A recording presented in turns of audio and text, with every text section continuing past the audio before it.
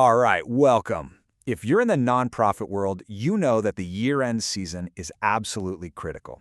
But let's be honest, it can also feel incredibly overwhelming. So, today, we're going to cut right through all that noise with a clear, actionable guide to not only survive the year-end rush, but to actually thrive.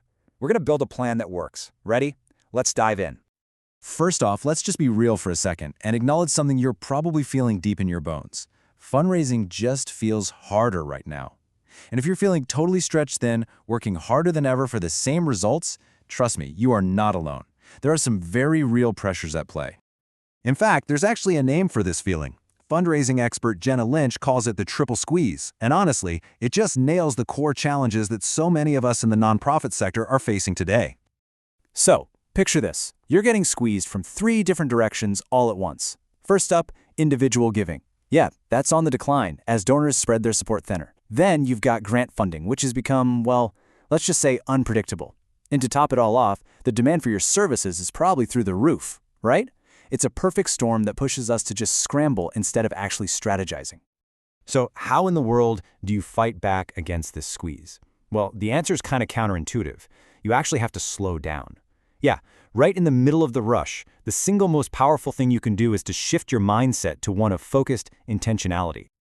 What does that mean? It means we got to move away from that classic spray and pray approach. You know, the one where you're just throwing everything at the wall and hoping something sticks.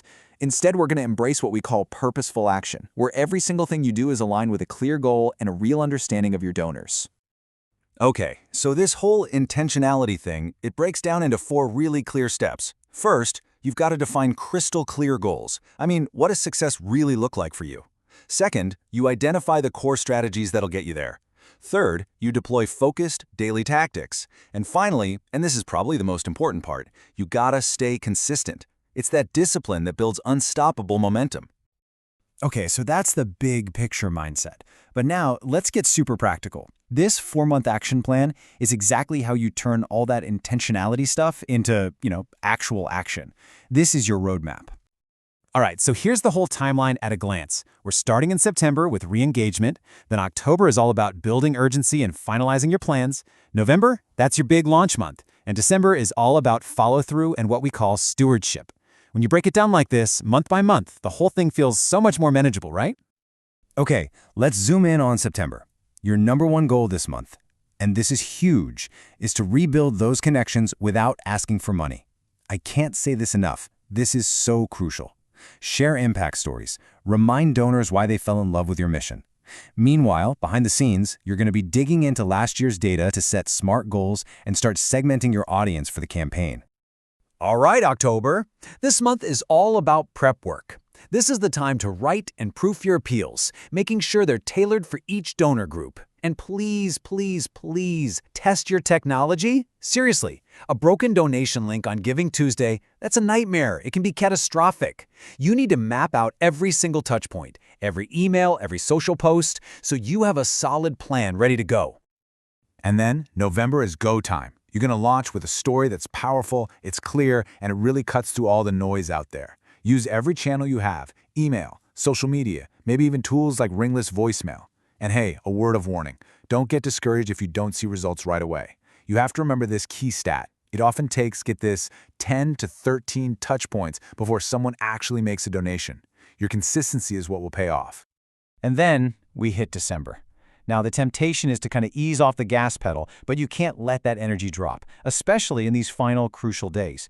Keep the momentum going. And most importantly, shift your focus to amazing stewardship.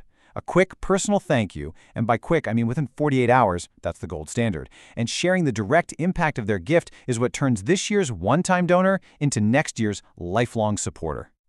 So, when you kind of weave all these monthly actions together, a really simple but powerful idea starts to emerge. We can actually boil this whole strategy down into what we call the 3C formula.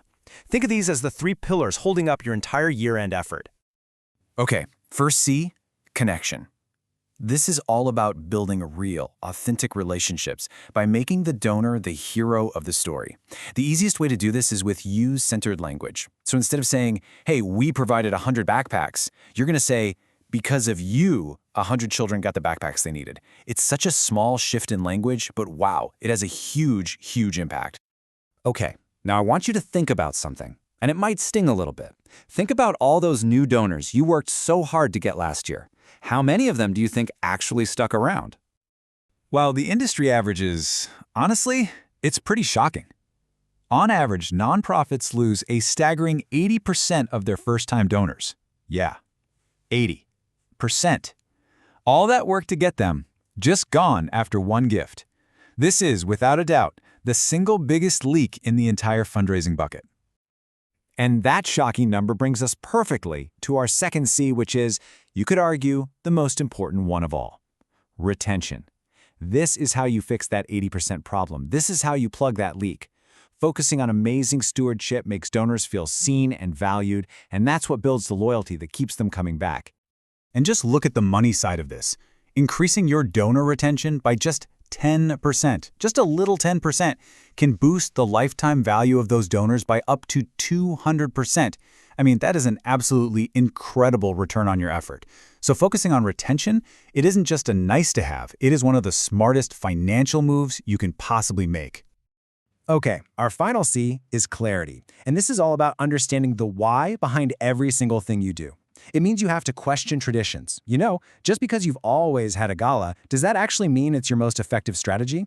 Maybe, maybe not. Let data and donor feedback, not just how we've always done it, guide your decisions. Whew. Okay, we have covered a lot of ground. So let's pull it all together into one final actionable playbook. Just think of this as your go-to checklist for the next few months. Okay, so here's the playbook. First, let's talk strategy. You got to start early, and you have to segment your donors so you can personalize everything. Next up, the heart of it all, the relationship piece. Make retention your obsession. Always be donor-centered in your language, and invest real time and energy in stewardship. And finally, the technical stuff.